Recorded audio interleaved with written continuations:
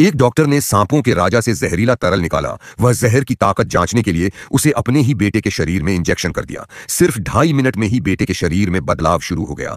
उसके मासूम चेहरे की त्वचा उतरने लगी, जैसे कोई सांप अपनी केंचुल छोड़ता है। बेटा समझा कि शायद धूप से जला है, इसलिए ध्यान नहीं दिया, लेकिन अगले दिन उसकी पीठ की त्वचा भी उतरने लगी। तब उसे बात की गंभीरता का एहसास हुआ।